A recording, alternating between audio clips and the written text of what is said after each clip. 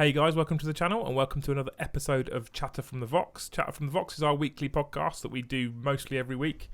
And I say mostly because, shock announcement everyone, we are going to miss next week. Dun, dun, dun. I'm very sorry. I would love to not miss next week. But what you'll probably get instead is a little behind the scenes video just after when next week's podcast should be, which shows us taking down the old studio, moving it and putting up the new studio. Oh, you can do a little time lapse. I'm thinking, not a time lapse necessarily, but we're going to do a little perhaps behind the scenes videos showing people that we're going to move the studio. So what we're doing next weekend coming is we're moving house. So to start with, we won't have internet. So it's impossible to do a Twitch live stream without decent internet. And what we're going to do instead is we're going to move house and move the studio and etc. So we will be in our new location the week after, and you'll notice on the Twitch homepage with the schedule that we are scheduled to stream the week after. So we'll be right back. We're only going to have a momentary hiccup, but we are going to miss a week, unfortunately. It'll be the first one in ages, though. It'll be the first one I think this year that we've missed. Yeah, which is I'm very happy with. If that's it, and if that's the only reason to miss it, that we're moving house, I feel mildly justified. The only other one I know we're going to miss at the moment is No Retreat Weekend because I'll be in Gibraltar. Yeah. So that's almost possible as well. Think back 6 months ago, though. I think 6 months ago, if we'd been in a position where we'd done a weekly podcast. Yeah, we didn't. Every week this year. So it's been going really well. We've loved it. But we are going to miss next week. If you don't know what this is, if this is the first time you're tuning in to us on Twitch or on YouTube, we do this currently every week. It's either a Monday or a Sunday. The schedule's normally up on the Twitch homepage. It's also normally up on our Facebook banner. So you can always go and find it, and it gives you the times in British summertime that we're going to stream and the dates for the upcoming month. If it gets towards the end of the month, and as soon as the last date's been done, we try and get the new one up pretty quickly to show you what is for the next month. You'll see the chat building up on the screen at the moment. So basically, people come and join us live on Twitch. We'll talk about a topic. Tonight's topic is the new FAQ, and they get to ask us questions and interact with us as well. If you're watching us on YouTube, you can come and follow us on Twitch and join us in a later podcast, because there'll be plenty more, obviously. Indeed. If you are watching on YouTube, we've also got a back catalogue of these. For example, the last one I did last week on my own, we covered the new Ynnari rules, which is quite interesting. Do you know what? I have to admit, I've not even watched that yet. I didn't expect it to be fair. Basically, Ynnari have been heavily nerfed. Some people think too heavily nerfed. I think just about right. Mostly changes. Yeah. It sort of changed their niche a little bit by the sounds of it, which is probably a good thing. Massively. And they aren't an auto-win. And I'm not sure they were necessarily an auto-win, but yeah, Anyway, by the by, that's not what we're here to talk about tonight. We are here to talk about the FAQ. Now, interestingly, I did discuss the FAQ on the Thursday just gone with Winters from Winters SEA, and we put that video online on Saturday on DZHQ. Yeah, I watched that. On deploymentzone.tv. Yeah. So if you're interested to hear Winters' thoughts on the new FAQ, some of them anyway, because we did a lot of rambling and diverting off on tangents. Yes. Who knew? And if you haven't caught up with Game of Thrones, don't watch it. Don't watch it. Oh, by the way, there's a Winters put a game. It wasn't me either. Winters put a Game of Thrones spoiler on. And I was. Did you edit it? I edited it. So you could have beeped out or removed it. I could have removed it. Okay. Yeah. So you're not entirely. No. We give the deploymentzone.tv fans the raw experience. The raw ramble. So we've already spoken about it once, but we want to put this out to YouTube, and I want to talk to you about it, Mike. Anyway. Yeah. Because I'm sure talking to someone different will have a different perspective, which is good. So I'm not going to cover every single faction's individual FAQ. There's a couple of changes we'll talk about, I think, I'm sure. But we're not going to cover them all because there's just too much. But we are going to talk about the designer's commentary and the 40k rulebook errata, which is interesting. All right. This is the first time hearing of it, so that's good. So the Warhammer 40,000 update, the designer's commentary, does have a section that says core rule changes and clarifications right at the top, which is interesting. Because basically they've had to change, modify, adjust some core rules. Yeah. And that's the reason why I find them interesting is because they affect everybody, whether you're a match play player, a narrative play player, an open war play player. Core rules change and a clarification affects absolutely everybody. Yes. And some of these, if I'm honest, I wondered, did we need them necessarily?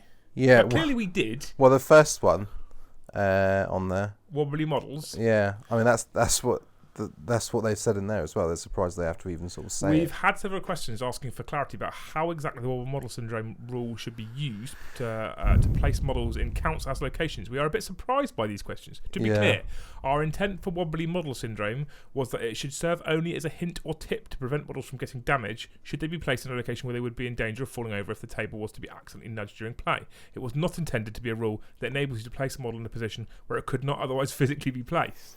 So basically, you can't stick your Riptide on top of a flagpole. Yeah, you can't hold it 2 feet above the board and say it's got line of sight everywhere. Yeah, I am with GW on this one, I'm afraid, where I think, actually, do they genuinely, honestly, really need to clarify this? I think it's one of those things where if it looks a bit on the kind of batshit crazy side, it probably is. Yeah, if I'm gently removing my hands away, and it's just about there, but I'm not 100% confident, that's what it's for, right? Yeah. That's please, if you've spent 3 weeks painting that thing, and it cost you this much money, and it's don't, for the love of God, let it fall off a piece of terrain, because your 6-year-old runs in the room and headbutts the table. That's it. It's not I can fit an eighth of my base on top of this building, so surely I can stand there, but I'm going to place it over here anyway. That's not what it's for, right? No, quite right. So that's really obvious, but that is a core change or clarification anyway. Yeah. Then there's the edge. It's for of Tyranid models on hills. Then there's the edge of the battlefield, and this one, if I'm honest, I'm also surprised at, because I thought this was already the rule. I didn't know it wasn't already a rule.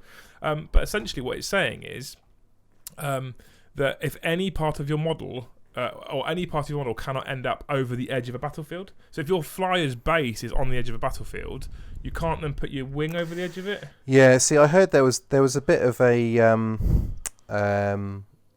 whinge about this, or a bit of a kind of people taking it a bit too far, being a bit stupid. In what way? So there are some models which are so large that you can't actually physically place them entirely within your deployment zone without them slightly hanging off the side of the table. Like what? Like there's a Marauder, there's a huge plane thing, I think, like a Forge model. So it's just, if it sounds stupid, don't do it. Yeah. You know, so there are people saying, well, it's clarified in the latest FAQ that you can't place any bit of a model that's set up off the edge of the table, so you can't play that model. Yeah, I know what you're saying, but I think it's quite clear that it's not aimed at people that are bringing Marauders. No, exactly. You know what I mean? Exactly. It's just people being silly.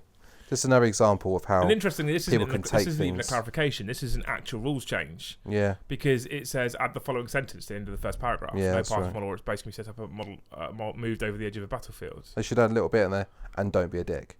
This one, the next one as well, caused all manner of outrage until people actually read the rule.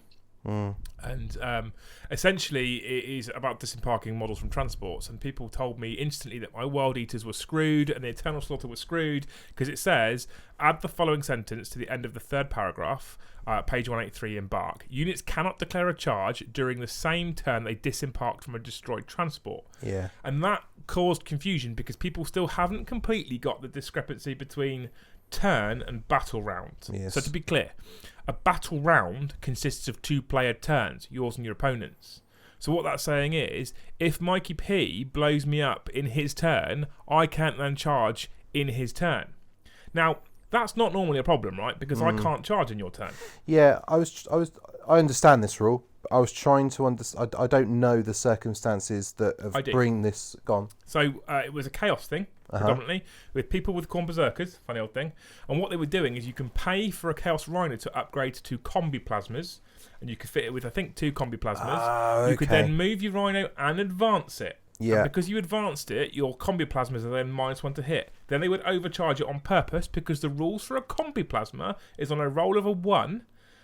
The model is destroyed. Slain. So you'd move your Rhino, you'd advance your Rhino, you'd overcharge both your combi plasmas, and I hope you get a 1 or a 2 because you'd advanced. Your Rhino would explode in your turn. Your Khorne Berserkers would get out and disembark 3 inches. Then they could move and charge. Yeah, I get it. So you were gaining it. Yeah, you were gaining basically so if you think a Rhino's base move is 12, its average advance is 3 to 4 inches. So you're talking 16. Disembark 3, 19. You can make a first turn charge that way. Yes. Easily. Yeah, quite easily, yeah. And that is why the rule exists. So in my turn, if I blow up my own transport by overcharging a plasma-filled Rhino, I then can't charge. Yeah, which makes perfect sense. 100% it makes perfect sense. Fine. So that's the end of that one, isn't it? That's that done. That's all it means. That was basically the only circumstance that I can honestly think of where that actually came into effect. Yeah. I'm sure there's probably other plasma wielding transports out there that maybe would have been able to blow up, but that's a specific example that I know existed. Yeah, that's exactly what I understood. I just didn't understand the mechanism that would allow you to blow up your own rhino. But yeah, fine, good.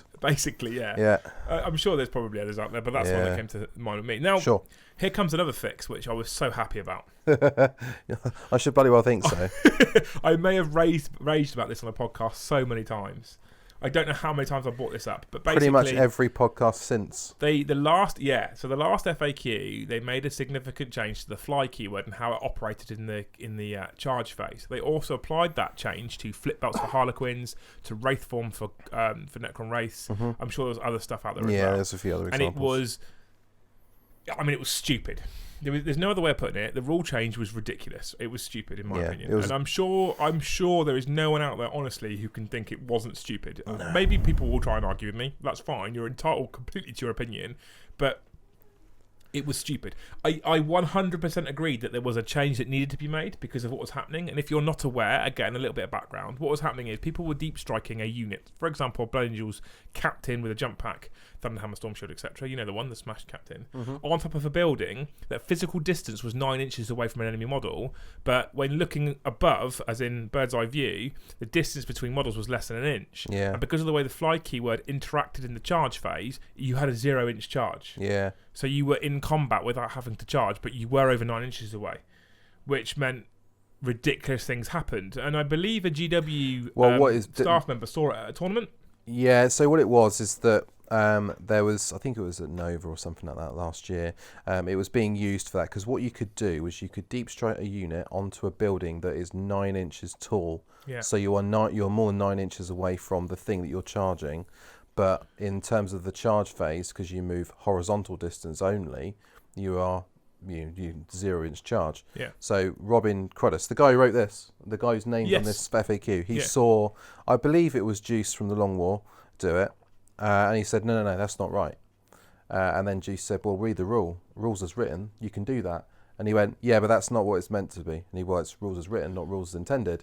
Not realising that he was talking to Robin Kruse, who wrote the rule, and he knows the intent behind it. But that's the thing, right?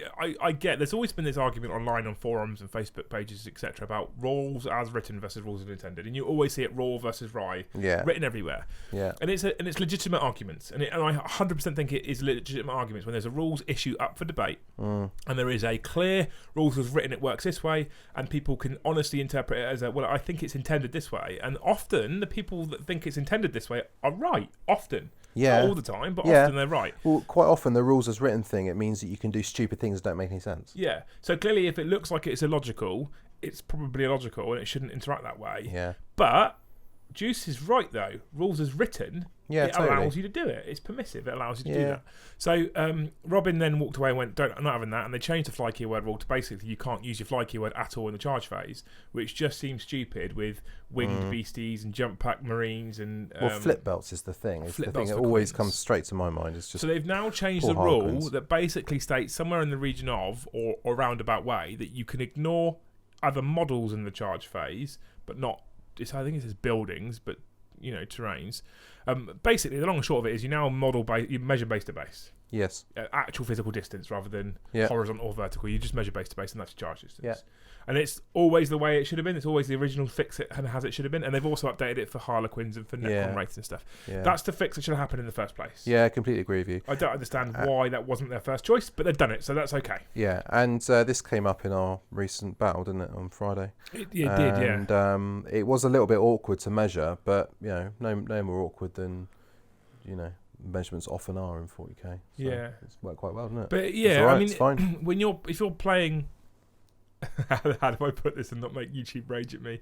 If you're not playing against a bit of a douche, it's quite easy to come to an agreement as to how far the distance is, right? Or even if you can't, roll off. And the other thing is, the biggest reason why the rule came into effect in the first place was because of an abuse of the rules that we know about, we've just spoke about. Yeah. So it was from coming in from deep strike, essentially, or coming in from reserve.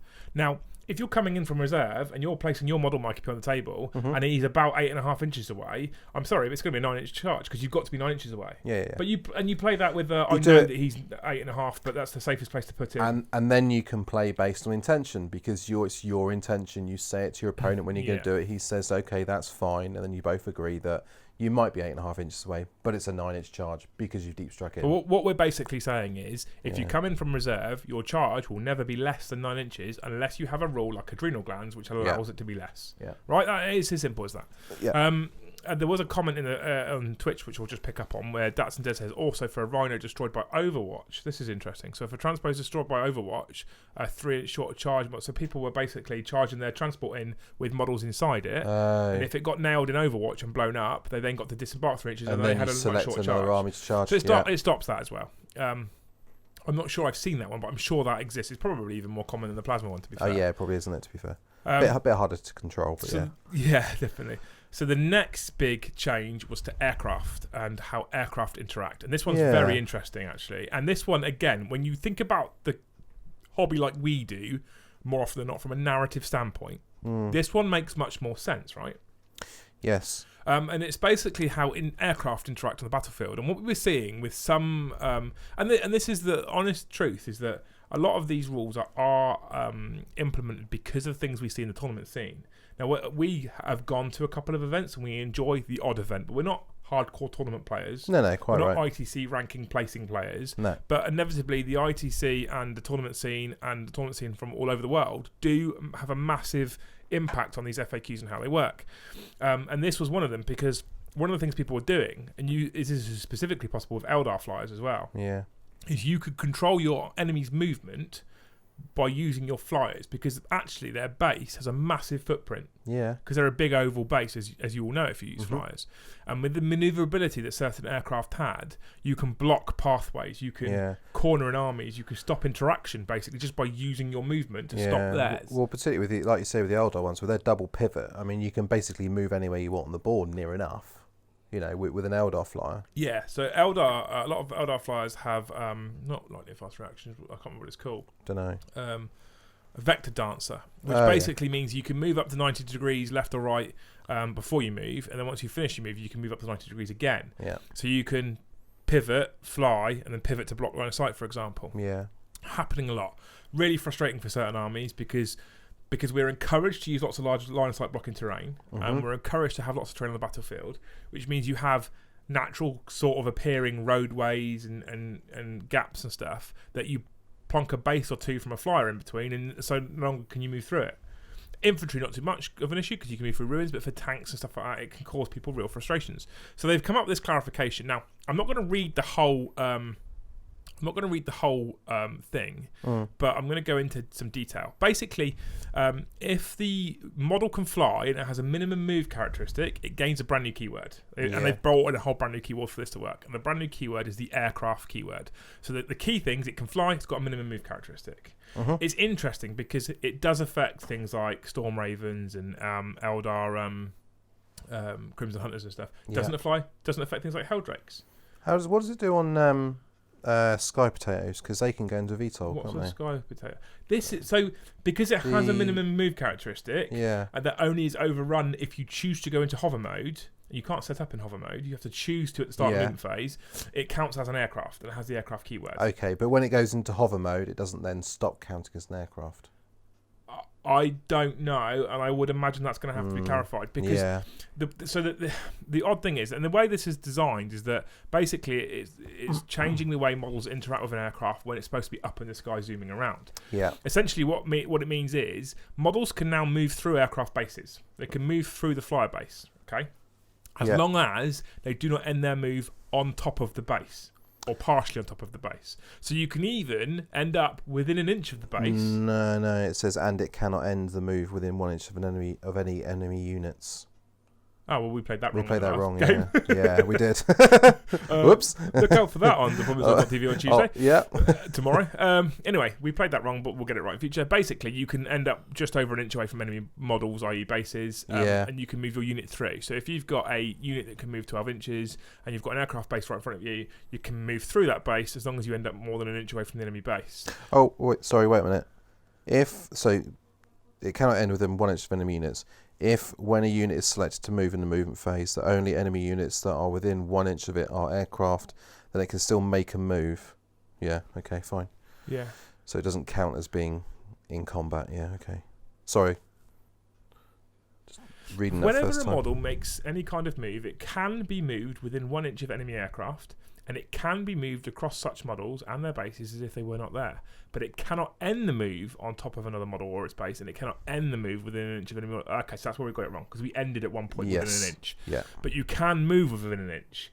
So you can move up to the model, through the model, and end up past the model. The other side of it, You just can't end up on or within an inch of it when you finish your movement. Yeah, so you can still move block, because with that big old base... It is a big base to get through. There aren't many that can move all the way through it. Most units that aren't vehicles are going to have to advance to clear it. But you can still get through it with an advance, which is better than having no option at all. Yeah. Okay. And presumably that also means you can charge through it. Yes, of course. 100%, yeah, I reckon there's no reason why you can't. As long as you get a big enough charge roll and you can end up clear of it the other side, then yeah, absolutely. Yeah. Because charging is counted as movement, right? Yes.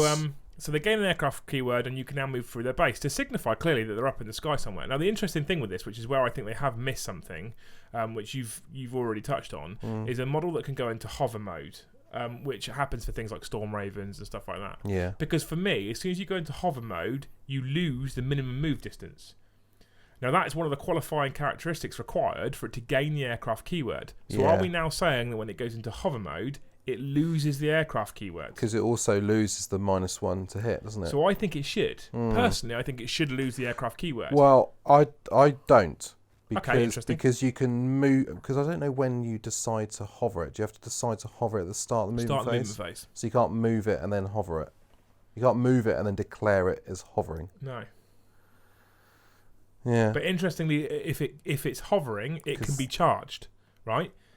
What, by ground units? Yes. So as soon as something with a fly keyword is hovering, it can also be charged. Oh, so if it's low enough that it can be charged by Terminators, then it can't be moved through, right? No, I'm fine with that then. That's fair. So the way I'm going to interpret it, and I say that because this is a rules as intended thing, I think, currently, is that the second you enter hover mode with some sort of vehicle, you lose the aircraft keyword. I can no longer move through your base because I can charge you. Yeah, because at that point it just becomes a model with fly. It becomes like an Eldar skimmer, right? Yeah. Essentially. Yeah. Or a jetpack marine. Yeah. Cool. Okay. Yeah. Then we come on to one of the biggest clarifications I think I've seen them do so far in 8th edition, which is about setting up models or resetting up models. Yeah. And this has been headache from day one with all kinds of different combinations. There's things like people wanting to do warp time after a model's used a dark matter crystal, for example. Yeah. There was a clarification whereby Necrons have got an ability, not Veil of Darkness, I think it's called something else, whereby you could use an ability on that set of models and then use another ability to move them somewhere else, and they still have the effect of the first ability. And they originally changed it to say that if you did that, you lost the ability you put on them. It's been all over the place, loads of stuff. So they've brought out some clarifications essentially, and it's interesting how they've clarified it. Now, seriously, I think this is probably all right and exactly how I would have done it in the first place. I don't think there's anything here that's wrong, but we'll read it anyway because it's important to talk about this. And I sorry to say before we start, I suspect what the issue with this is that there's too many words. It's too difficult to describe in words, so people will be able to misinterpret it. Yeah, and one of the biggest issues was because in the big rule book, when it first came out as 8th edition, they never strictly actually clarified as what counts as coming from reserves. They never anticipated it being an issue. They never anticipated what the effect would be when they wrote those rules, I don't think. Or what counts as reinforcements, I think, is the biggest word is reinforcement. So, my will be done in Veil of Darkness. Thank you, Viking. Yeah, thank you very much, mate. That's exactly the combination I was looking for. So, the question was, what rules apply to units that are removed from the battlefield after deployment via ability, stratagems, or psychic powers, and then set up again on the battlefield? So, the answer, if a rule or ability causes a unit to be removed from the battlefield and subsequently set back up, the following rules apply to that unit, and there is 8. So I warn you, there's a few. Yeah. There are 8. So number 1, any rules that are triggered by or applied to units that are set up on the battlefield as reinforcements are also triggered by and applied to the unit when it is set up on the battlefield. This is what stops things like warp time, because you can't do it from a unit that survived by reinforcements. So this is now saying that now applies to everything that comes off and comes back on. Models in that unit count as having moved a distance equal to their move characteristic that turn, and so suffer the penalty to their hit rolls for moving and firing heavy weapons. If the unit has a minimum move characteristic, it counts as having moved its maximum move characteristic. That's important for flyers, because people are suggesting that some things, for example, because Eldar, for example, they can deep strike flyers in, and people argued, well, actually, what the argument was, you've deep striked your flyer in, it hasn't actually moved any distance, therefore it auto explodes. Because it hasn't moved. Yeah, okay. Because it hasn't moved. That's another example of people being gamey. Yeah, 100% it is. But that's basically what it was. People were going, I'm going to deep strike my Eldar flyering using Webway Strike or whatever it was, or Cloud Strike, sorry. So Cloud Strike my Hemlock. I've done it, Cloud Strike my Hemlock. And the argument was, well, you Cloud Strike at the end of the movement phase. Your Hemlock now has not moved its minimum distance. Ergo, it automatically explodes. And you slap the person and say, don't be so stupid. Yeah, but rules as written, there is an argument that could be the case. So they've clarified that.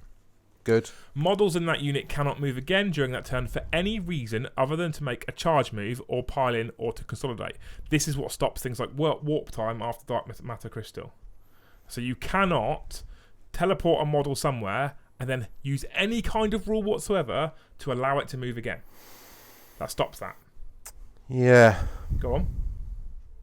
Yeah, so that means when he deep strikes. So I always think of things in terms of turns. So with a Swarm Lord's got that thing in the shooting phase, he can move a unit.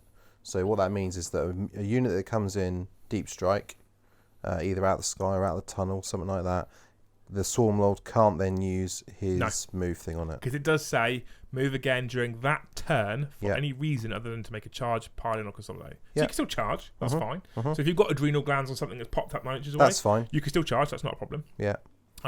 If that unit was within 1 inch of an enemy unit when it was removed, it does not count as having fallen back when it is set up on the battlefield. That's important because you can still shoot with units that don't have the fly keyword now by using these teleport abilities. So if you use this teleport ability to get out the hell out of the way, if you use the Dark Matter Crystal to get them out of combat, they can still shoot when they land again. That's fine. Or to jump or whatever. Yeah. If that unit has advanced during this turn, it still counts as having advanced after it's been set back up on the battlefield. Again, clearly important, because that means you can't then remove it, replace it, and fire normally, for example. Yeah.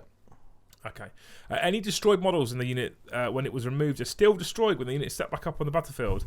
If they were destroyed during this turn, they still count towards any morale test taken for that unit's turn. Okay. I don't know how that was a problem. I'm sure someone will have an example. If you've got an example, please feel free to chuck it in the comments on YouTube or on Twitch. I don't know how that was a problem. I mean, for the sake of the fact that they had to actually put some of these things in print is a little bit depressing, really.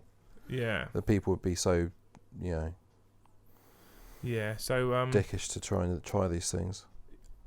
I just don't understand how you could think that by removing a unit from the battlefield and setting it back up, you can get models back. Because when you have abilities that allow you to do that, Green Tide, Tide of Traitors, it specifically says you can do that. Yeah. Point number 7. Any models in that unit that have lost any wounds do not regain these wounds when they are removed. They're still lost them. Again, it's the same as 6. 6 and 7, I don't see how they're needed. I'm sure there is examples. It's good that they've written them down, though, because it just means that some player who's not very confident can't get, taken advantage of, basically. The other thing is, Mikey, you know for a fact that if they didn't add them in, there'd be questions all over the page within days about how, Yeah, what about this, what about that? And then finally, this is the big one for things like My Will Be Done. Any rules that unit was being affected by when it was removed, and which would continue to affect it for a specific duration from ability, stratagem, psychic powers, etc., continue to affect that unit until such point as they would normally have no longer applied. For example, a unit that was in range of an aura ability when it was removed would no longer be affected by that ability if it's set up outside the aura's range, of course. Whereas a unit that was being affected by a psychic power that lasted until the end of that turn would still be affected by the unit at the end of the turn. So you might will be done your Necron Immortals, or whoever you're using. Tesla Immortals come to mind, and the reason being is because my will be one gives them +1 to hit and they explode on 5s. And then you use Veil of Darkness to move them, you still have that +1. Because it's not an aura ability, you've kind of cast that on the unit. However, you have a reroll to hit bubble from someone, Gullyman, whoever, yeah, and you then reset them up just because they had that aura at the start. Well, they haven't now. They're out of range. You've lost it. Yeah, that's always the case, but they've had to clarify that. And then the biggest, not the biggest, but one of the clarifications says, note that points 5 to 8 do not apply to any unit set up via the sustained assault rule. Any unit that has been added to your army during the battle and has been set up, such as those added via demonic ritual ability, or units set up via any other of the following stratagems: fresh converts, Tide of Traitors, Unstoppable Green Tide, more where they came from, send in the next wave, the Endless Swarm. These stratagems present new units joining the fight rather than the existing units being repositioned on the battlefield. Yeah.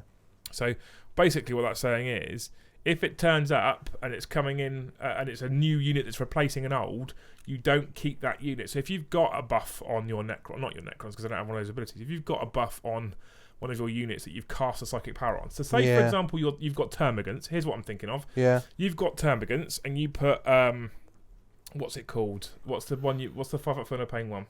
Catalyst. You put Catalyst on your Termagants. Yeah. And then you use the Endless Swarm. They don't have Catalyst anymore.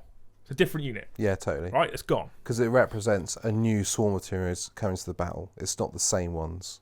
Yeah. Yeah, exactly. Okay. Organised event guidelines, repeated data sheet clarification. There's some changes here as to what counts as repeated data sheets in terms of the rule of 3. The Demon Prince one's quite important. The Demon Prince one's very important, actually. So basically what you could do historically was take 3 Demon Princes of Nurgle, 3 Demon Princes of Chaos, and 3 Demon Princes of Thousand Suns, and take 9 Demon Princes with a Chaos Space Marine keyword. People did it. Yeah, people did do it, and that's why we had to get rid of it. Yeah, and that's the thing. And do you know what? A slight tangent, ever so slight tangent. Mm-hmm. I'm gonna make this statement. But if people stopped trying to break the rules in order to win, then when these nerfs come out, which we now know is inevitable, we now know they will fix them. You won't be so butthurt that you just spent that much money on a combination that was clearly broken in the first place. Yeah. Play what you love. Play what's cool. And you won't get hit by a giant nerf bat unless you're a Grey Knight player, and they seem to like kicking those when they're down. Yeah, I know, right? But do you see what I'm saying there? Yeah, right? totally. If it looks ridiculous and is insanely powerful, it's probably going to get not hit what they by a thought. bat. And if you then go out and buy the new Forge World Super Chicken because you want to do really well because you said this is 6 boxes of horrors. Yeah, because you've done a video that says this is how you win tournaments even though you haven't won a tournament. It's going to get nerfed. Because you've just got them net listed, and that's what happens. When people net list and net list and net list and net list, people like GW nowadays are looking at it and going, that's clearly too strong. Yeah. So stop it. Don't do it, and they won't break it. Mm-hmm. Anyway, the other thing to look at, the other angle to look at it, I suppose, is to say to those people, keep doing it. Because I'm not the sort of person that will do it, but what you're going to do is bring awareness to the issue. Yeah. And the thing is that for those kind of really well televised things, really well reported things that happen at tournaments in the big arenas, there are instances where it's happening to people, in their local GW, and there's no one sort of sticking up for them. There's no one sort of saying, that's not really right.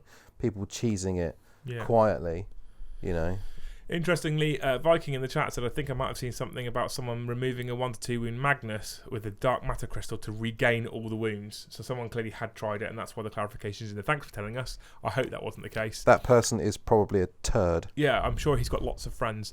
There is a question as well from Coops, which is completely irrelevant, that says, last week's podcast, was it recorded? I couldn't find it on the podcast player. That's my fault, because I didn't release it as a podcast yet. Oh. I may have been very busy getting a house ready for a move. I'm very sorry. As soon as I get this one up, I'll put them both on once, and you'll get last week's as well. So apologies for that one. But it will be out on iTunes and Spotify soon. Okay, so now we go into the finalised match play rules, which of course are the ones we've been trialling so far. So Bolter Discipline is now a thing, but they've changed it. Which is kind of, I don't know if I understand it. Winters seems to think it makes sense. When we talked about it on DZHQ, I do agree with him. He seems to think it makes sense. I'm not entirely sold on it. Well, I think in terms of narratively, what he said is true because it represents people being good with the weapon rather than the weapon having a special property. Yeah. So that's why Adeptus Astartes get it and Sisters of Battle don't. Yeah. So and the clarification we're talking about is it's the model is so Bolter Discipline basically is full range. If you stand still, you get to fire twice instead of just rapid firing when you're within half distance. Equally, you get that as standard if you're a Terminator, Biker, Centurion, Dreadnought, or Hellbrute. if you've got the Heretic Astartes or Adeptus Astartes keyword. Or Fallen, they've given it back to Fallen as well, because Fallen lost it when Vigilus came out. Because Fallen lost the Heretic Astartes keyword, and originally they only said Astartes and Heretic Astartes. Yeah. Now, basically, what that means is it used to apply to Land Raiders and Storm Ravens and stuff, and that's gone. It used to apply to things like, what's the Primaris Transport? Oh, that thing. Yeah. Repulsor. And some Hellstorm channels have just bought 5 of them. Lol. Or with Storm Bolters. It's just lost bolter discipline. Oh, Mikey. What do we say about people that try and spam things? Serves you right. Interestingly, Mikey played Raven Guard and they got kicked with a nerf bat, and then he played Ynnari and they got beat with a nerf bat, and then he moved on to Repulsor spam for bolter discipline. That's got hit. So the moral of the story is don't do what Mikey does. The moral of the story is make sure you definitely go and watch Hellstorm Wargaming, and whatever he's doing, don't do it. Yeah, but you do have to. But it's good because you do have to watch it to find out. So we're being supportive. We're supporting his channel. We're just saying don't copy Mikey from Hellstorm. I love you, Mikey, but you're a curse. So the bolter discipline has been fixed to some people's eyes because tanks don't get it, and I guess I get it. I guess I do get the narrative of you're taking that individual skill with a weapon rather than it being strapped to a tank and someone somewhere just pressing a button. I kind of get that, I suppose, but it does unfortunately make Land Raiders, Crusaders, and stuff like that. It was suddenly a little bit better. Yeah, possibly a little bit worse because they were pretty nasty. I know with bolter discipline, well, Mikey Brom used it against Mikey Hellstorm. They were horrifically nasty when you put a Primarch next to them as well. Yeah. Which is possibly part of the reason why it's been removed as a rule. Anyway, the other clarification they made to it, which is 100% the right move, is they took bolter discipline away from special issue ammunition. Yeah. So they didn't take it away from Deathwatch. Deathwatch can still use bolter discipline. You just can't use it in conjunction with special issue ammunition. So no longer do you have bolter discipline that wounds on 2s. Yeah. So I think they probably always intended that, but just sort of forgot to. I don't think anyone can ever argue with that. Particularly specify it. Yeah. Yeah. They then solidified prepared positions, which is good. I've said this with Winters on DZHQ. Never really affected me. Never really affected me at all. I've not used it, so I cannot, in good faith, make a conscious decision as to whether I do or don't like this stratagem because I've never used it. Well, we talked about it with Mikey Brom as well, didn't we, a couple of weeks ago? I just don't. It doesn't affect me. One of the changes they've made to it, which again I think is 100% the right thing to do, is they've removed it from all things with this new aircraft keyword. Yeah. So in the past, they maybe could have just said anything with a flyer battlefield role, but now what they've done is they've been more clear about it and said if it's Titanic units or aircraft, you do not get prepared positions. So your jet fighter that's 10,000 feet in the sky no longer gets prepared positions. Totally right. Yeah. But your Helldrake can land on the ground and hide behind a tree. Interestingly, my Helldrake can get prepared positions. Yeah. But it doesn't get the natural -1 to hit. So it does get +1 to its armor save. No. Yeah. But I don't get the -1 to hit the flyers get. That's fine. It's fine. You could swing that. I mean, you can charge units, so you can obviously land on the ground. Yeah. So fine. And then we've got tactical restraint, which they've clarified, obviously, whereby you can only get 1 command point per battle round. Was that only in beta rule, was it? Back in it was a beta rule, and now it's full blown. It is a full-blown rule. There are several warlord traits for its psychic powers abilities that give you the chance to gain or refund command points. Each player can only have or gain refunded 1 command point per battle round as a result of such rules, regardless of the source. Command points that are spent on stratagems that are not used during the battle round, such as those that are used before the battle, can never be refunded. Oh, okay. I think that's a change, isn't it, if I remember rightly? It is a slight change because there was that bit where you were tempted to put your warlord who had that trait on the board first. Yeah, because you could get them back. The limit of gaining or refunding 1 command point per battle does not apply to the Moment Shackle or the 7-fold chant abilities or to the player with the Twilight Warlord trait. In these cases, the ability Warlord trait can refund or gain the player more than 1 command point if the stratagem used costs 2 or more command points. But once any command points have been gained as a result of the rule, neither it nor any similar rule can be used to gain any more command points until the next battle. Also, this does not apply to command points that are gained or refunded as specifically instructed on stratagems, e.g. feeder tendrils and agents of Vect. Yeah. Again, I cannot argue with that as a rule. I've been command point farmed against, and it's unpleasant. Yeah, same. And I'm going to be as bold as to say that I think the command point system, although I love the way it works, and you can spend points to do things that other people can't do, or to do things that other people might not do, I'm going to go on record and saying something as a 40k fan and a 40k player that I think is mildly bold, and say that although not exactly how I would like to see it, I think AOS has a better command point system. Yeah, there's sort of perpetual gaining of them. And basically what happens in AOS is that you gain a number of command points per turn, I think it is. I don't fully understand this, so please don't take this as gospel. But you gain a number of command points per turn, and you can choose to spend them or save them. And you can save them up. Now, one of the things that has stung me a couple of times in 40k and 8th edition is the other person going first, and not only having the first turn and the first shooting phase, but able to spend 6 to 7 command points during that shooting phase to do various tricks. People like Brom have done it in tournaments where he spent a command point for Hellfire Shells, and a command point for Flak Missiles, and a command point for something else, and a command point for Wisdom of the Ancients to get reroll ones to wound, from etc. And basically you have the ability for some armies, if you set it up right and if you build your list right, to spend 5, 6, 7 command points in the first turn, and not only do you get the first turn to hurt your opponent, but you could really lay the hurt on with all these combinations. Totally. I've done it. I've spent command points in the first turn on things like linked fire, etc. Mm-hmm.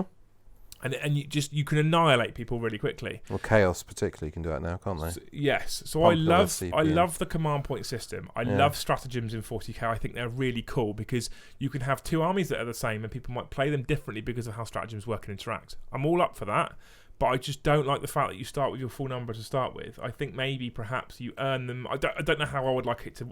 And this is the thing that's important to remember. I don't know exactly at this point in time how I would change it.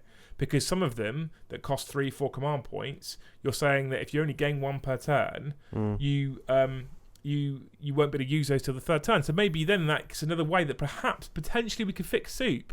Because what you could say is perhaps you gain 1 command point per turn. If your army's battle fortune contains only 1 keyword, you gain an additional command point per turn, and you gain 2 per turn, etc., etc. Yeah, I mean, I don't know about all that. I think it would be quite a big change, though, wouldn't it? Everything would need its command points readjusted. And it arguably is overly complicated. Yeah. But what I'm saying is, with AOS, they've proven it works. AOS is widely considered a simpler system than 40k. Yes. And yet that has you gain and earn and can save command point systems. It is a lot simpler, isn't it? So I think I'm right in saying that all those command abilities are 1 command point. Yes. And you get like 1, maybe 2 a turn. But you could arguably in 40k as well drop some stratagems by a command point in cost if you had an engine that allowed you to gain them rather than start off with 14. Yeah, could. I'm not saying it's the fix. I'm not saying this is what you should do. It's an interesting thought. I'm just saying the tactical thought process to hold command points back rather than spend them on cheap stratagems to be able to spend them on more expensive stratagems could add an interesting level of tactical flexibility to a game of 40k. Yeah. Again, I don't know if that's a definite fix. I just like it. Understood. Tactical reserves has been enforced. So basically about putting things on the board at what time, etc. Can't turn up in the first battle rounds. If it hasn't turned up by the third battle round, it counts as being destroyed, etc. All that kind of stuff. So tactical reserve is now fortified, and it's now in place as we knew it. And then you've got the stratagems that affect things like Raven Guard and stuff that changed it from being able to just turn up 9 inches away to you get a remove essentially. Yeah. There was an errata to some Imperial Knight stratagems and stuff, which is interesting. Basically, the big one, which is the one I think honestly absolutely zero people are surprised about, and the one that's the most important, is that you cannot get better than a 4+ invulnerable save with Knights now. Yeah. You cannot get better than a 4+ Iron Shield save. We spoke about this 2 weeks ago when we did the pre-FAQ chat. It was going to happen. And I know from personal experience, after a couple of weeks ago, or last weekend was it? Well, whenever it was, when Mikey Brom and I went to Confrontation Alliances and we ran Knights, that 3+ Invuln, when you've already got the Iron Bulwark, is pretty tasty. It's disgusting, isn't it? Yeah. To be fair. Yeah. Even on just Warden, I think it was. Yeah. So we'll skim through some other changes as well, but that one was huge and it was massively important because it needed to happen. There's something else I did with Knight Castellans as well, which again I'm not sold on now, but we'll talk about that in a minute. So some of the little changes that they've put in here because they feel like it's worth putting these in one places. Operative Requisition Sanction, the White Dwarf ability to bring in an assassin. Now I might be wrong. I believe this was originally a single command point. Am I right? I'm sure it was 1 command point. Now 2. Yeah. So they've clearly realised that there was assassins everywhere. Yeah. Suddenly the Officio Assassinorum had so many new recruits. I know, right? And every man and his dog wanted to, probably because Cadia fell, so no one can join the Cadian anymore, so they all became an assassin instead. So 2 command points now instead of 1 command point to add an assassin to your army, and they had to add the clarification that you can't do it for Fallen. God. Because it was a thing. I know. You can take assassins in chaos. I know. Everyone's like, ooh. You missed one thing. What's that, mate? You missed the Gene Stealer Cult psychic powers. Oh, did I? Which one's that one? Yeah, Mental Onslaught. So there was a situation where basically you could one-shot a knight. Oh, really? Yeah. How did that work? So it's the psychic power of Mental Onslaught was based on you could put leadership debuffs on a knight, and you could buff up a patriarch to have a leadership of effective leadership of 13. Oh, right, okay. So, and then you do a roll off adding your leadership. So you couldn't be beaten. So yeah, so it's a bit like the crushing fist thing with Gallant. So you just keep well, rolling off. Yeah, they've changed the just the Mental Onslaught thing.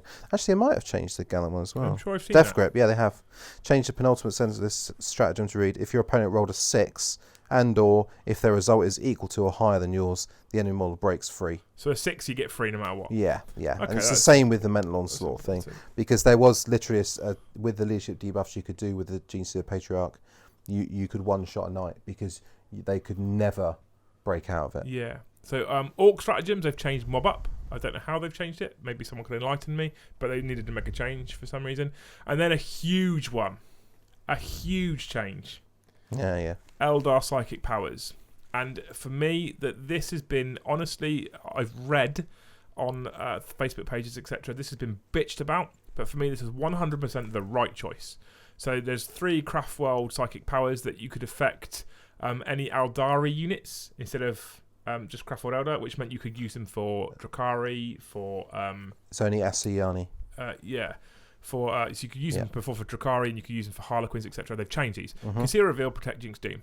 So Conceal, Reveal. Conceal gives you -1 to hit. Reveal removes enemies' cover save. Protect, Jinx. Protect gives you +1 to saving throws, including invulnerables. Jinx is -1 to their saving throws. And Doom, you can reroll failed wounds for attacks made by originally Eldari units from your army that shooting. So you could Doom something and fire Dizzy cannons from Ravagers at it, and you can fire Haywire cannons from the Harlequin bikes at it, and you've got to reroll all failed to wounds. This is gone. This is now only Asiyani units. So these Craftworld powers can only affect Craftworld armies. And people whinged about it, but I think it's right. No, totally. How many other codexes out there can use their psychic powers to buff another codex? Yeah, and the thing is as well, you can still use Doom on your Shining Spears. Yeah, well, not on your Shining Spears, but in conjunction with your Shining Spears, because they're still Asiyani. Of course, you can still have... Doom's still a very powerful power. Yeah, you can still have other units. Being able, most abilities like this out there, you pick a unit, and that unit can reroll its failed wound to wound rolls against another unit. This one affects the unit you're targeting and anything that then shoots it. So it's still a hugely powerful power. Definitely. It just doesn't broke now. Yeah, that's it. Because you can still use it on your Dark Reapers and your Shining Spears, and then you can still have your Ravagers, Dizzy Cannons, but they just won't benefit from And I would Doom. argue that actually what we've been seeing historically is that you see Dark Eldar lists buffed from some Eldar Psykers. And now we're encouraging people to not do that anymore. And actually, you might see that this has made Craftworld Eldar as a single faction slightly more appealing than perhaps Drakari. Well, I think you're going to see a lot more Wave Serpent spam. I still think Drakari are the stronger codex out of the two, personally. Yeah. But I think you will see more mainlined Eldar, Craftworld Eldar, which is especially poignant when you consider what we talked about in the last podcast with regards to Ynnari. Yeah, I agree. So I'm happy with that. Dats and Des has clarified the boys change to us, which is important. So you can only use it on boys, which is good because I think you could used to use it on looters. Indeed. And it has to be done at the end of the movement phase before reinforcements arrive, which means you can no longer deep strike reinforcements next door and then mob up. Mob up, yeah. So that's important. Okay, that's perfect. Stops you creating short charge or deep strike units and stops you having huge blobs of looters. Perfect. So that's exactly what it does. Yeah. And then this is the last change, which I don't know if I think it was necessary. So considering that you've already changed the fact that Castellans can't get better than a 4+ available save. Okay. This changes to the points values of Castellans. They've now pointed the Plasma Decimator and the Volcano Lance that previously were 0 points because they were the kit that came with the Knight Castellan. And the Plasma Decimator is now 40 points and the Volcano Lance is now 60 points. And what that means is their 500 and something 80 odd point Castellan has just gone up by 100 points. Yeah. I mean, I think that's fine, to be honest with you. You reckon? Yeah, I mean, they've been nerfed to their saving throw, so they can't get the 3 up in Vun. They can still have a 4 up in Vun. I had no issue with a points increase. I just don't know if I think 100 was a bit extreme. People still take them. 100%. They'll still be super powerful. But I think what it hurts the most, if I'm honest, is I think it hurts pure night list the most. It doesn't necessarily hurt those people that were supering them in the first place. Maybe I'm wrong. Yeah, I don't know. Time will tell on that, that's the thing. With points changes, it's all well and good us sat here making judgment right now, but this points change came out just over a week ago, or just under a week ago, and until we see some big events, we have no idea if this is actually a right or wrong move. Exactly. And to be fair, to some degree, neither did GW. They've gone, right, we think roughly it's probably about 100 points more than it should be. And if we now see them at no events, we got that wrong. They're too expensive. And there's a cheaper alternative. There were some people in the SN chat, I think it was, or the Hellstorm chat, that was saying that instead what you'll see is 3 Night Crusaders. Yeah, the Crusader is comparatively a lot more efficient now. They've been saying the same thing on Frontline Gaming for a couple of weeks. Yeah. Interesting. Yeah. But I don't know if I think I have less. The difference with 2 Crusaders or 3 Crusaders is you can't make one of them 3 up in vulnerable. Or you can't do that now anyway, but you know what I'm saying? You can't buff. You can still give them Iron Bulwark. You can give one Iron Bulwark and rotate the other one. Have 2 4-ups. So yeah, you it costs you a command point every time, and etc. So interesting. Don't know if it was needed, but it's been done. It's happened. Deal with it. Yeah, I'm okay with it, but it doesn't really affect me. The other thing, I would always be okay with it. I've said this so many times, and I will continue to say this because I think this is an important point to always make across. And this is important whether you play 40k, Age of Sigmar, Shadespire, Bolt Action, or whatever. Always remember that these rules that these people are creating for you to follow are there as rules and as guides, and it means you can play anyone you want, and you are singing off the same song sheet. However, amongst your friends, if you disagree with a rule change that GW have made, you don't have to. If you're going to hit tournaments and events, of course you're going to have to play those rules. Yeah. But if you're playing with friends, groups of friends, house rules are a thing. They've been a thing for as long as the hobby's existed. Totally. If you're not happy with the rules change, to Knights and their invulnerable save, if you're not happy to the way that Elder Psychic Powers work now because of a specific narrative you've got going on with your friend, you don't have to employ these new rules changes. It's suggested you do. You don't have to. It's your hobby. These rules are there to try and even the playing field. But if you think you can even it up a different way, you're welcome to do it with your mates as long as it's agreed prior to the game. Viking in the chat's made an exceptional rule. Actually, this is an exceptional comment which I think is very important to point out. ITC, it's the biggest set of house rules going. Totally, yeah. Because that's all they are is house rules. ITC, and they are house rules for a tournament scene to make what they think is balanced, which is clearly different to what GW think is balanced because it's not the rules that they've put in. So I think that's an excellent point. Yeah, I think also another point to make about these FAQs in general, it's sort of twofold really. But the first thing is they don't have to make these. And in previous editions, they haven't made FAQs or updated the game in the fashion they are now. So we should all be thankful for that. And another reason we should be thankful for it is that this is an activity that does not actually generate any income for GW. And the amount of time and effort they put into this is huge. You know, you think about all the play testing they have to do and all the data they have to sift through, all the things, drafts and people to read it and write all this stuff.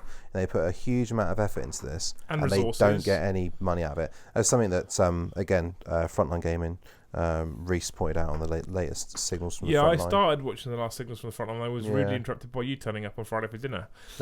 However, I had heard that part, and he had made a very good point about the fact that this costs them time, effort, resources, money, in fact, to produce.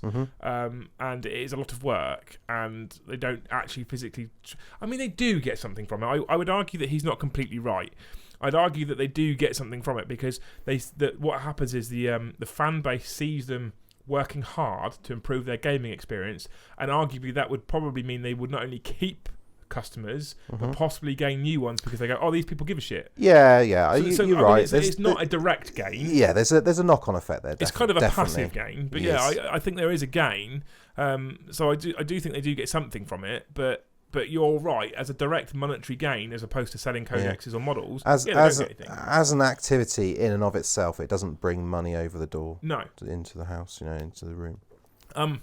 So I've had a quick skim through the main rulebook errata And actually, in all seriousness, there's very little in there that I think we need to cover, because what they've done with the director's commentary is picked out the poignant points and put it in what we've just read through. So essentially, we've just covered the most important parts of the FAQ in that. And that's something else they do. They don't have to. Mm-hmm. They could make you troll through pages and pages and pages of FAQs and codex erratas, and they go, no, actually what we're going to do is put the big stuff in this one document for you. And you can read this one document and off you go. And there's been other little changes out there. One of the biggest ones, the poor guys at Tabletop Tactics got ripped apart for this. And I felt mildly sorry for them, but at the same time I could understand why. Yeah. Obliterators. Yeah, I know. I don't know what man in their right mind ever thought they were actually going to go back to 65 points. And if you looked at the codex, it was a clear misprint, because the data sheet stated it was 1 to 3 models, and the points value said unit size 3 to 9 models. Yeah. So it was a clear misprint. Yeah, totally. All it was, they just forgot to update that bit of it. Completely missed it. Didn't update it. And people, I'm sorry. Yeah. I love everybody that watches this channel. I love everybody that watches these videos. But anybody who argued that they were actually 65 points is quite frankly moronic, because there was no way. And then there was a lot of complaints when this FAQ came out, and they did actually clarify that it was what everybody who had a brain cell thought it was, and was 115 points. Uh-huh. They did clarify, and people did complain, it's 115 is too much. I think when I first saw it, I thought 115 points was too much, to be honest. Mm-hmm. And I thought 90 to 100 was more accurate. And I will put a caveat in to say that I haven't yet used the new obliterators in any game. But I've spoke to a fair few people that have. And I don't know a single person who's used them in the game yet that have said, 150 is far too many points for them. Most of the feedback you get is, wow, they're really good now. Yeah, totally. So maybe they got that right. You never know. Mm. But it is interesting. Mr. Bridges has just said it's funny how people react differently on a typo mistake, and you kind of get. I think you kind of get two camps. Maybe three. Yeah. Maybe three. Maybe I'll be fair and I'll say there's 3 camps. There's camp number 1. I think that look at it and go, yeah, that's clearly a mistake, and I'm going to play what is the more sensible option, because that's my 40k. Mm-hmm. Camp number 2 is, it is a mistake probably, but that is the latest version of the rules, so I'm going to play those versions of the rules. Not necessarily gamey people, but they're people that are strict. These are rules as written people that are, this is what the rule says. It doesn't seem right to me, but it is what the rule says. And I would argue that I think TTT, when they dropped their battle report when the codex came out, were probably in that camp. They probably looked at it and went, that doesn't look right. I'm pretty sure they pointed it out to themselves at the start. Yeah, I've watched that. I think in the intro they said, codex says 65 points, but the leaflet, the book in the Shadowspear box set says 115. And GW have actively said you use the latest rules in the latest data sheet. So I get it. I think they were probably in the camp of, I don't think it's right, but we need to use the latest codex because we want to make sure we do it right. And possibly, sometimes when you're a YouTube channel that does this sort of stuff, and especially when you're one as big as TTT, sometimes you're damned if you do, damned if you don't. Because you can guarantee that if it cost them 115 points, people would have gone, the 65 points in the new codex, you got that wrong. Yeah. So they were almost screwed either way. I think they probably lean towards the more incorrect decision, but who am I to question Lawrence and what he does? And that was like straight after as well, wasn't it? Yeah. And I think since then it's been widely agreed and obviously heavily discussed. I think everyone was of the opinion that they were going to be 115 points. And they were screwed as well because they wanted to show off obliterators because they had a new data sheet. Absolutely, 100% it was the right thing to do to show the unit and what it could do. Yeah. But they were then put in this position by GW to some degree. Yeah. Now, like I say, for me, logically, it would have been 115. Again, who knows what I would have done in that situation. Yeah. I'm not them. They've got a wealth more experience than I have at this stuff. Coulda, shoulda, woulda, innit? And then you've got Camp 3 for me, which looks at it and probably is aware that it's ridiculous, but is a gamey lunatic and goes, I'm going to exploit this as much as I can. Let's make the best of it while we can. Yeah. Shame those people exist, but they do. And arguably, if I'm trying to be really kind today, I've had a bad day today, so I'm trying to be nice. If I'm trying to be really kind today, arguably those people help improve this hobby because by exploiting those rules, they bring attention to them very quickly and they then get fixed and solved. And they force GW's hand to update these things and correct them. Yes. So, Yes. Yeah. And as Viking said, he's now called Chaos Lord Beard-ish, and he agrees. I'm glad he's... Does that mean I get best beard on YouTube now? because I had to get it all backlit. Is that how it works? No. Because his was probably the best, but you got rid of it. Yeah, his is gone. Cool. I've had mine since I was 16. Thanks very much. Yeah, just let you know. Thanks for the story. Shaved it off once, and that was for charity. So you haven't had it since you're 16 then? All right. Just lie to me on camera. If it's for charity, it doesn't count. I'm sure it does. No, it doesn't. You still got rid of it. So that's the major changes to the FAQ. Interestingly, and I haven't found anything yet, but interestingly, we don't have any new beta rules. No, we don't, do we? Which is, I think, a first, because we don't have any new beta rules for. So, like prepared positions was a beta rule, tactical restraint was a beta rule, tactical reserves was a beta rule. There's other stuff out there as well that I'm sure I've missed. Yeah. All beta rules. This time round, there was no new beta rules. So we're actually at a stage in the game currently where they're not trialling a new rule set, which is clearly a good thing. Well, they haven't seen something that I am mildly surprised we haven't seen a beta rule with regarding to things like Imperial Soup. One of the biggest complaints I had on my Ynnari video was that they've smashed Ynnari Soup into the ground, which is arguably the right thing to do, but they haven't given Imperial Soup the same treatment, and people had wished they'd got the same level of treatment and the same level of sort of nerfing, I guess. They've had a soft nerf, but I think, ultimately, that kit, the Castellan kit, they sell loads of them. Yeah? That's very, what's the word I'm looking for? Cynical. Yeah, cynical is exactly what I'm looking business, for. Business, man. But it is a business, isn't it, right? Yeah, they got to make some wedge. But it is interesting that we haven't yet seen any new beta rules. Degs said that's what White Dwarf is for now. Obviously, Bolter Discipline did come out in White Dwarf, so it is plausible that they are going to start using that monthly magazine as a way to release new beta rules, potentially. Who knows? Yeah, it seems that way. But currently, we're in a state of the game at 40k 8th edition where we have no beta rules, and that's a slight lie, because I think the Sisters Battle Codex in the last chapter proved essentially counts as beta. But as far as generic rules that apply to everyone go, we have no beta. Now that must mean that as the hobby in general is in a relatively good state. Yes, I think you could read that into it. I think what it also must mean is that YouTubers' lives are a little bit easier. Oh, God. Because you don't have to do we do these rules or those rules? There's only one set now, so that's good. Yeah, I've always been an advocate for use the beta rules. Always use the beta rules, because communities need to test these rules. It's what most people are using, isn't it? And often YouTube videos that include battle reports, that include beta rules, beta rules do spark conversation, and they do spark, and people have a common ground from hundreds of miles away, where if they've watched the same battle report, they can talk about the instant that this thing happened. So I'm a massive advocate for YouTubers to play these beta rules. Yeah, and I think that the beta rules are a good idea for sort of testing purposes, I guess. Yeah. And basically what it allows GW to do is to bring a rule in and then alter it perhaps drastically after a period of time without losing face, without looking like idiots. I mean, this change back for Fly does kind of make them look a bit silly. Oh, thank you for the follow, Ebenmeister. I just pooed myself a little bit when that went off. Oh. My speakers are a little bit louder than I expected. A little bit, yeah. I might got a bit of feedback there. Yeah, I don't really like having the beta rules in there, because it's like, are they the rules or aren't they the rules? In White Dwarf? Well, they're not actually they've not released any beta rules in White Dwarf, I think. Bolter Discipline was White Dwarf. Was it? Yeah. Which has now become a full rule. Yeah. Ebenmeister said White Dwarf introduces new cool stuff nowadays, makes the publication more like what it used to be, where you had White Dwarf codexes and rules expansions, etc. Yeah. I quite like it. It's the complexity and bookkeeping aspect that people don't like, isn't it? Because you've already got to take 3 books, now you've got to take a White Dwarf magazine. The other thing I noticed with the lack of beta rules is what's around the corner.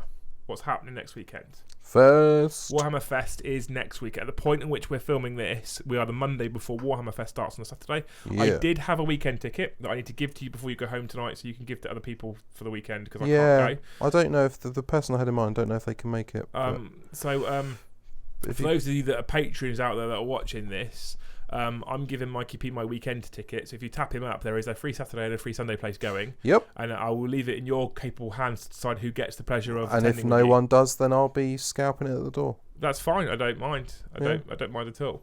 But it is Warhammer Fest, and they often at big events release new things, new rules, new model lines, etc. Very much so. And this is their biggest event, essentially, on their own, right?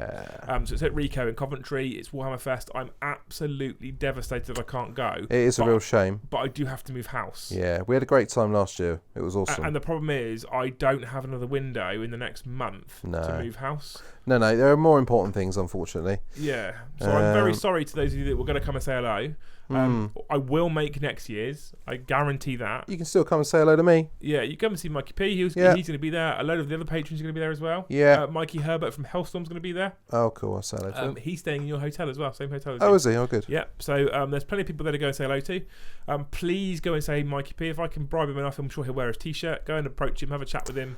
They're already cleaned and ready. Good man. Go and talk to him because I would be there happily chatting to you, drinking beer at the same time, but we can't go because we have to move house. But the bonus for all of you is the studio will be in the new house. And the other thing is, for those of you like Twitch, is it means that hopefully this, like I've said at the start of the video, will be in the studio, and that opens up new possibilities. Yes. So me and Mikey P are already thinking about streaming hobby videos, as in we're sat there chatting hobbying while streaming and chatting to you guys. And that could be good fun as a new type of video as well. I think so. Yeah, shooting the breeze. So hopefully there'll be lots of more interesting content coming as well, which could be really cool. So yeah, can't wait. Watch this space. But obviously look out for Warhammer Fest, because whilst they do the the announcements at Fest, they will be on Warhammer TV and they'll be on the community page. There's lots of interesting stuff coming. There's something new coming to do with their paint system or painting or something. Who knows? Yeah, I was going to say that. I'm looking forward to seeing what that it could be an airbrush. My original theory was an airbrush range. Yeah. However, they keep saying contrast. I'm now falling down the side of that's probably not likely. I don't think it's going to be airbrush, because it doesn't make sense with regards to the name. So there was a big thing about there being some sort of Warhammer quick shade. I hope that's not the case, but who knows what it's going to be. Who knows. They've also got the new Renegade Knight stuff coming, which has got me exceptionally aroused. If it wasn't already good enough being a Chaos player, and now we're possibly going to get Renegade Knights. The only thing I really want to see, however, with that as well is a Chaos Knight Codex. So we've got more than 2 stratagems. That'd be quite nice. Because Renegade Knights are cool, because you can put 2 Gatling cannons on 1 Crusader. A girl can dream. A girl can dream. So check out that stuff that's coming up soon. At some point in the next couple of weeks, or next week or so, there's another battle report going online, which is myself versus Mr. Winters. Due to the house move, it might take me an extra week to get that up. Often, when I'm stressed, it can take me longer to get it up. So it's coming, but give me some time, because I don't know when I'm going to get a chance to edit it. However, that's coming as well, and that he bought his Grey Knights. Oh, really? Yeah. He bought Grey Knights to the channel for YouTube. Giving you an easy mode, was he? Well, that's what I thought, so I threw demons at him. Yeah, that's the funny thing about Grey Knights. I know from experience at Weekend at Bernie's, actually, the event that we had Warhammer Patrons did in Bristol. Yeah. I learnt there that demons are good against Grey Knights, as well as Grey Knights are good against demons. Yeah. The door swings both ways. It does. So you think Grey Knights might get an easy game, at least against Chaos Demons, but no, they don't really. It was a great game, and part of what made it the great game was the mission as well, so it was interesting. Cool. Looking forward to it. Look out for that one. That's coming soon. As I've said, I sincerely apologise, but we will probably, likely, almost definitely miss the podcast next week. If we are going to get a chance to do one at some point, which is currently doubtful, I will let everybody know. But I don't think my internet's being reinstalled in the new house until the Monday. And the Monday night, I'm filming against Brom for DZTV in the studio that will have set up that day. So it's a pretty chaos. Jam-packed schedule there. Yeah, it's going to be horrible. I'm moving Saturday, Sunday, Monday, and then filming Monday night in the new studio. Well, if you're distressed by the lack of Warhammer content, maybe you'll have to join our Discord and watch all the stuff that I will spam over the weekend. That's another option. What a segue. That was a great... That's beautiful. Great segue. That's amazing. So Mikey P, our new head of marketing. Yeah. If there is that option as well, we are supported by a wonderful group of patrons. Most of them have been chatting in the Discord, not in the Discord, on Twitch chat, as you've seen throughout this video. You are more than welcome to come and find us on Patreon. There's a link below in the YouTube video and on the Twitch page. You can click on that, join Patreon, come and find us in Discord for as little as $2 a month. And you can be involved in what is something that quite simply I can't keep up with. I can't now either. We've had to break down all the faction chats into separate chats because it's just been amazing. It's wonderful. You guys are legend, and you just sometimes do you know what? Honestly, there are the odd days, and they are rare, where I just don't feel hobby. I don't feel it. And sometimes when that's the case, I can drop into Discord, and within literally 10 to 15 minutes of reading some of the stuff that goes on in Discord, I'm then inspired again. Yeah. It is genuinely that good. It is, it's so much motivation. I'm going to say that because it's mine, but it's true. It's true, and I think everyone on there who is part of it would agree with you there. I think also one thing that's really nice is I've noticed a lot recently, new people are starting, and they're sort of saying, I'm struggling to get a game, I don't get to play very often. And we go, put your dot on the map, see who's around you. So we've got a map for Warhammer Patreons. You can go and put your own little pin in the map, and you can see who's around you. And loads of the guys who have joined, within like a few hours, they've got someone they can play with. Yeah, that's incredible, and then they can play a game together. And that's happened in foreign countries. Yeah, that's what I love about that. Yeah. So come and join the Warhammer community. I did say in the first few videos back in 2007 to July 2017 that we were going to take over the world. Yeah. No, I still mean that. We're going to take over the hobby world. Get in there, mate. Get in there. We're going to get there. Come and join us. Join us. And you'll have fun. I'm sure you'll enjoy it. And not everybody stays because it's not for everybody, but for most people, it's wonderful. So, there you go. 40k returner says he's got a game with Sorcerer Dave. Yeah. Thursday. Because he joined Discord. There's loads. There's just it's brilliant. It's living amazing. The dream. We've also got other bonuses to being part of Discord. There is, for example, an Element Games rep in there, and if you are a customer through Element and you use our link, you can speak to him if you have an issue, and he'll sort it out as quick as possible. James from Blazing Brush Studio, our painting studio for the channel, he's in Discord. You can ask him for hints and tricks, and you can even get quotes and stuff off of him if you want.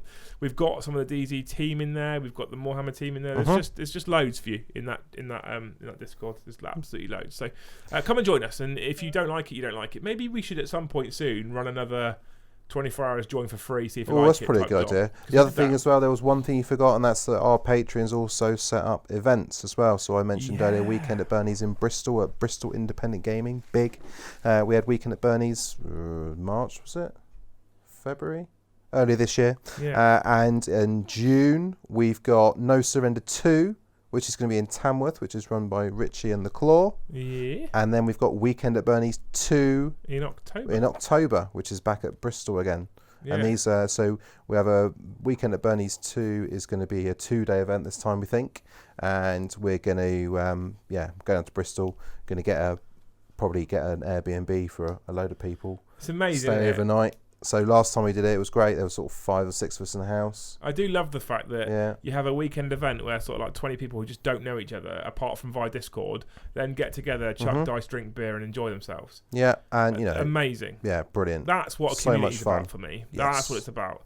And I'm hoping we get to a stage where there's very regular weekend community it doesn't have to be an event necessarily, but just community get-togethers. Totally. All over the country. That's what I want. Yeah, and people are having those games that we talked about earlier, meeting up and then posting pictures and battle reports of what they've done on the Discord. So yeah, it's really awesome. Yeah, that's my future state. I've always said that the big thing about this is the community. So I love the community that we're building, and there's just so many things. We've got little niggly things that we've got planned that aren't massive, they're not major, they're just get-togethers, rent out a gaming hall for a weekend and get people together. Simple as that. And the thing is, it doesn't. What I love about it is we've done events, right, and people have run tournaments with trophies, but we don't actually have to do that. We could, I think, quite conceivably get a gaming hall for a weekend and go, can we hire your gaming hall? And we would probably better fill it, and people play random pickup games and all kinds of stuff. That'd be amazing. Totally, yeah. Right, and I'm also thinking about, I haven't told you this yet, by the way, but once we're settled in the new place, I'm running a barbecue for Platinum patrons. Ooh, summer barbecue. The Platinum patrons know about Viking called it. It's Platinum, though. Yeah, I don't think American Rob's coming over from America, but I think Thomas was about coming back from Australia for it. Oh, nice. That's commitment for a barbecue, right? Yeah. So the real Andy H, yes, Mikey P's Meat Feast. If you do get to go to Bristol, so 40k returner, if you do want to come to Bristol, you need to speak to Mr. Andy Byrne, see if he's got some spaces. I imagine he probably will still. Yeah. And then, if you go into Discord, there is a Weekend at Bernie's thread. There is indeed. Go on there and it's under the community tab. Yeah, register your interest, and you too could experience Mikey P's meat feast. Yeah. Now, before that goes any deeper, we're going to say goodbye, I think, because that could tumble us down a horrible rabbit hole. So, I hope you've enjoyed this video. We will stay behind when we finish the actual YouTube video part, so we can chat to the people in Twitch. There's a little bit of a bonus for them coming to join us on Twitch, because you guys are heroes. But if you have enjoyed these, there is a back catalogue on YouTube, and you can come and find us on Twitch using the link below. Hit follow, and you will get notifications when we go live if you turn your little notifications button on, and you can come and join us in the live chat. Normally it's a Sunday or a Monday, but if you check out the Twitch homepage or the Facebook banner on our Warhammer Facebook page, it will tell you the schedule for the month that we're in. And if we get close to the end of the month, or we're at the next month already, there will be a new schedule up very, very soon. Otherwise, after this next week where we're moving, we will be back on our normal Sunday, Monday type schedule. And we will try and keep you all guys notified as to when we're going to go live. Yeah. Also, if you like sit and talk type videos, we have deploymentzone.tv, the website that's been sprawled across the top of the screen for the whole video. That's the website that's owned by myself and Winters from Winters SEO.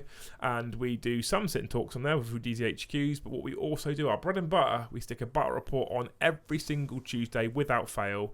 1 week it's myself, next week it's Winters. And this Tuesday coming up, Mikey P, which by the time this is on YouTube will have already happened, it's me versus you. Whoop, whoop. It's Tyranids versus Craftfold Elder on deploymentzone.tv. Yeah. And it's going to be a bloodbath. I think last week was Winters versus Chewie, and it was the 13th versus the Black Legion. Yeah. There's just loads of cool stuff coming up. And there's only one rules mistake that we know of as yet. So there's two. There's two. Yeah. There's just one I haven't told you about yet that I spotted when I edited it. Oh, okay. But yeah, every single Tuesday, Battle Reports on live. We're getting a really cool following on DZ as well. Some really awesome fans. Lots of cool comments. So come and join us. Anyway, I think I've covered everything, Mikey P. Is there anything you want to add? No? Just come and find me at Fest. Yeah. Say hi. He'll be the drunken bold mess in the corner. I will be the one with the gleaming skull. Yeah. Of course, if you are watching on YouTube, feel free to drop in the comments below your thoughts on the FAQ, and me and Mikey will check them and try and reply to some of you. But the comments are not getting overwhelming just yet, but they're getting close to it on YouTube at the moment. So I will try and get back to as many of you as I can. But otherwise, I hope you've enjoyed it. A big thank you to our sponsors at Element Games. You guys are awesome. Matt's a legend. I bug him daily. But anyway, apart from that, we'll see you in the next one. Love you, bye.